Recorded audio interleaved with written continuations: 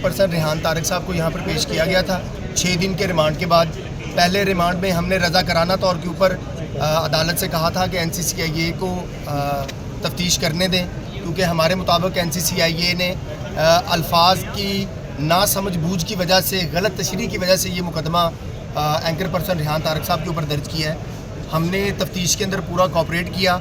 जामिया नईमिया के मुफ्ती इमरान हनफी साहब, जामिया अहले सुन्नत के मुफ्ती हनीफ कुरैशी साहब, मुफ्ती तारक मसूद साहब समेत तकरीबन पाकिस्तान के तमाम जय्यद उलमा ने एंकर पर्सन रेहान तारक साहब का जो पॉडकास्ट था उसका पस मंज़र देखने के बाद अपने फतवा जात जो हैं वो यहाँ पर जारी किए हैं, जो हमने यहाँ पर NCCIA को भी जमा करवाए हैं कि ये जो सवालात हैं, सवाल पूछा गया है एंकर पर्सन रेहान तारक साहब की तरफ से, वो किसी भी तरह से बेअदबी के ज़िम्मे में नहीं आता।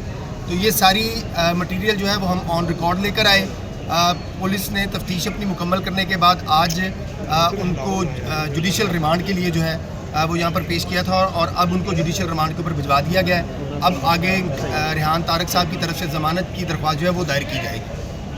Thank you. ज़मानत कब तक हो जाएगी? ज़मानत कब? देखिए, ज़मानत देना कानूनी तौर के ऊपर अब इस मुकदमे में कुछ बचा नहीं है, क्योंकि जब पाकिस्तान के तमाम उलमा इकराम ये कह रहे हैं कि किसी सहाफ़ी की तरफ से सवाल पूछना उसका हक़ है, और रेहान तारक साहब की तरफ से जो सवाल पूछा गया है वो पूरी पब्लिक के सामने मौजूद है कि वो बेअदबी के ज़ुमरे में नहीं आता।